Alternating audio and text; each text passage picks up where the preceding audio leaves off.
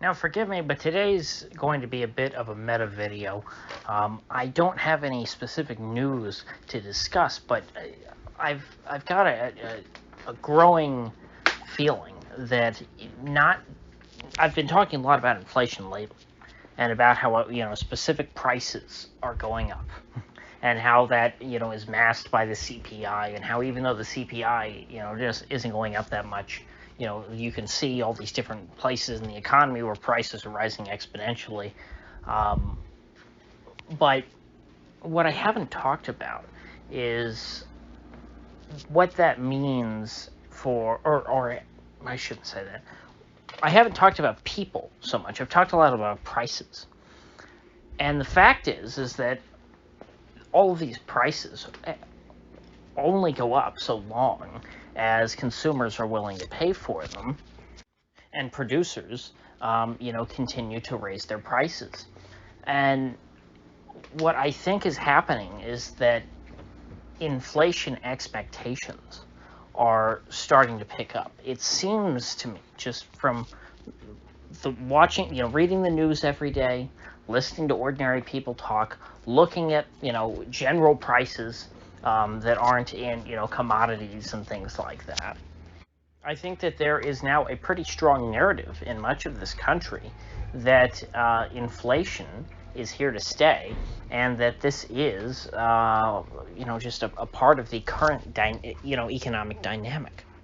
Inflationary monetary policy is said to have a long and variable lag between the point in which the new money is injected and in which you see an increase in consumer prices.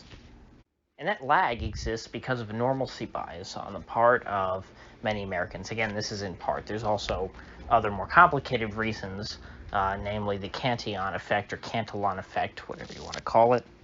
But the long and the short of it is, when there's a bunch of new money that's injected into the economy, people don't always know to expect inflation. They don't know that there's been a bunch of inflation, that there's been a bunch of money printed.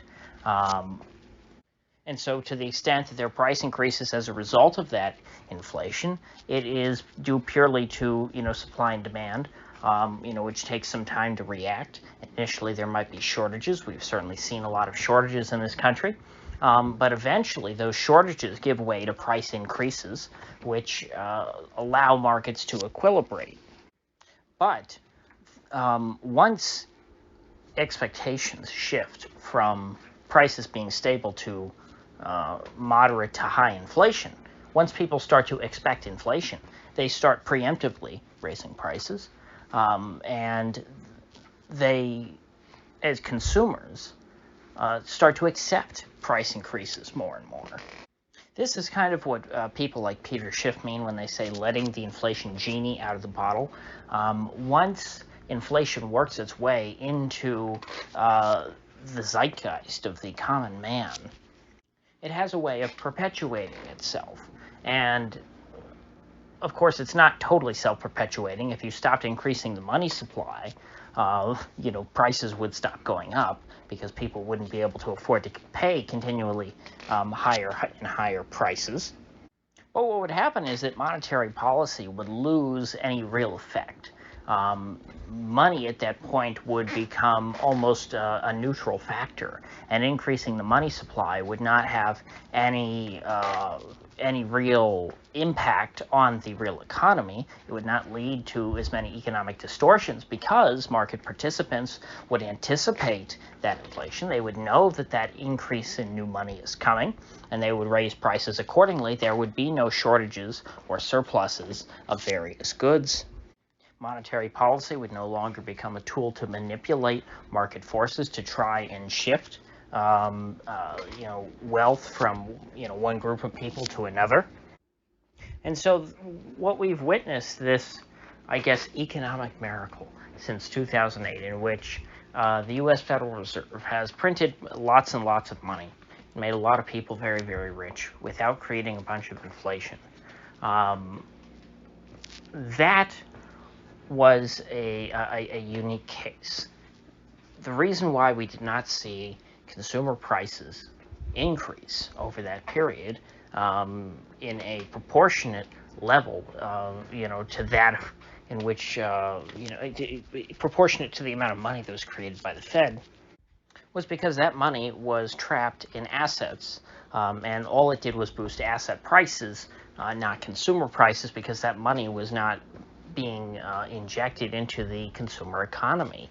It's as simple as that. But a lot of, I guess, this new generation of economists, your MMTers, mistake that, and others, not just the MMTers, but people in general say, well, the Fed has printed a lot of money for a long time and hasn't created inflation, so I guess that means the Fed can just print lots of money, mail checks to every American, and that's not going to create any inflation, right? And so the result of that was that people did not expect that if the Fed just mailed people lots of free money, that there would be inflation. That allowed them to get away with, for quite some time, handing out free money to consumers. But of course, that inevitably led to shortages as demand was increasing against supply. And so the only way to avoid a shortage then, and to keep things in stock, is to raise your prices accordingly. But now that process has begun, and that inflation is becoming a much more mainstream topic that people are talking about, it's a lot harder. It will be a lot harder to trick the market into doing that next time. You will not have such a long and variable lag between the money injection and the increase in prices. People will be anticipating the inflation when you inject that money, and so therefore prices will increase much faster. And so that means that in order to have the same effect, you must inject a much greater sum of money into the economy, which down the road will lead to substantially more inflation, but in the short term, you might get the same positive, euphoric boost that you got from the more measly injections before. This is how so many countries end up going into a hyperinflationary spiral. It doesn't start out as hyperinflation, and I'm not saying that we're going to reach that stage here. I think that our country would collapse far before we reached hyperinflation. As I've said before, all it would take would be moderate inflation for the United States to come apart at the seams. So what I'm getting at with all this here is that I think that the inflation genie may actually be starting to come out of the bottle, that inflation will not be transitory, cannot be transitory,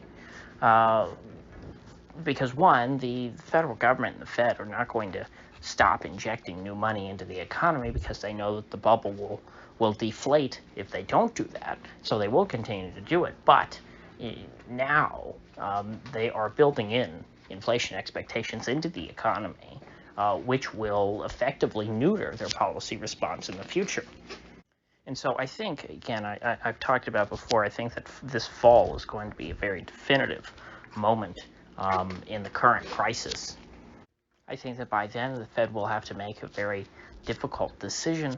Of course, it is a decision, it's a problem of their own making, and so they deserve whatever pain is going to be inflicted upon them. But they're going to have to choose, I think, to either withdraw the financial support, the monetary injections, the monetary heroin from the economy in order to rein in inflation, or they're going to have to choose to increase even more the money supply, keep injecting more and more than they have been already, inject money at a higher and higher rate every year or every month, every quarter, just in order to sustain the same high. And in the process, prices will be rising more and more, and eventually that is going to undercut confidence in the American system and have a detrimental impact on the bond market. So in closing, the opinions of ordinary people matter. Their expectations matter because these are the actors, these are the people, these are the cogs in the wheels who make the economy work. And if they are anticipating inflation before it happens, if they are prepared for inflation, they're prepared to raise prices for their goods, then the Fed has a very tough road ahead of them. I think that the next CPI number that we get will be very important. Core CPI I've been hearing whispers that it might be, as high as 4%, which is huge for core CPI, considering that, they do as much as they can to strip things out of it. The government only likes to track the prices of goods that don't go up. So with that said, I'm going to keep an eye on this, and I'll see folks back here tomorrow.